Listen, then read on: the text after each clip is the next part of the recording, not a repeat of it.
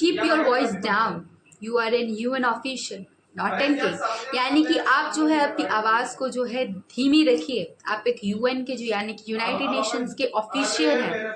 ना ही कोई देश के किंग हैं।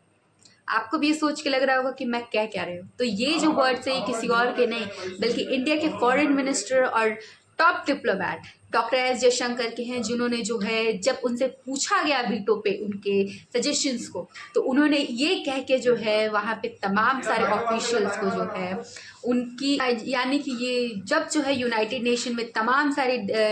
जो डिप्लोमैट जो अलग अलग कंट्री से अपने कंट्री को रिप्रेजेंट करने के लिए आए थे, उनके बीच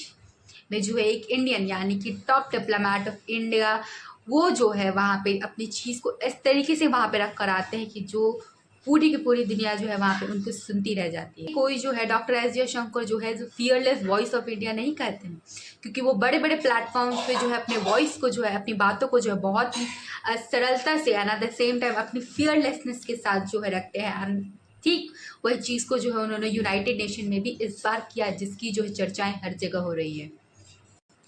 यानी कि जब यूनाइटेड नेशंस के ऑफिशियल ने जो है एक सवाल पूछा डॉक्टर एस जयशंकर से कि एक्चुअली डॉक्टर एस जयशंकर क्या सोचते हैं ये वीटो वाला पावर, यानी कि जो परमानेंट मेंबर्स होते हैं कोई भी ग्रुप्स के, उनके पास जो है वीटो जैसी जो है पावर्स होती है। यानी कि कोई भी अगर लॉ बनाने को कहा जाता है या कोई भी अगर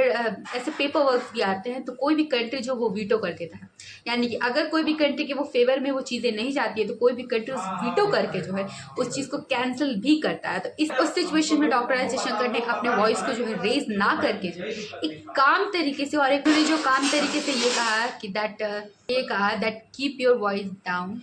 you are an UN official not a king.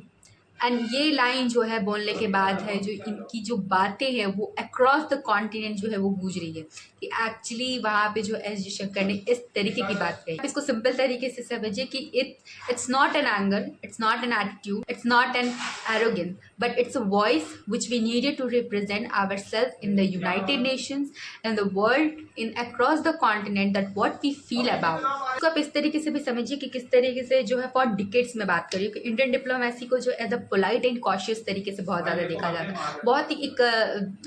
समझने और बुझने की चीज़ें जो है डिप्लोमेसी को कहे जाते हैं। बट जब से जो है एस जयशंकर को जो है डिप्लोमेसी का मैटर्स मिला है, तब से जो है एक हम अपने वॉइसेस को जो है इंडियन प्लेटफॉर्म तरीके से जो अपने वॉइसेस को और जो है स्ट्रॉन्ग कर सकते हैं, अपने वॉइस को जो है और ज़्यादा स्ट्रॉन्ग करने के साथ साथ जो अपनी चीज़ों को जो और ज़्यादा अंडरस्टैंडिंग कर सकते हैं, उसको जो है डॉक्टर एस जयशंकर ने जो है बहुत ही अच्छी तरीके से किया है।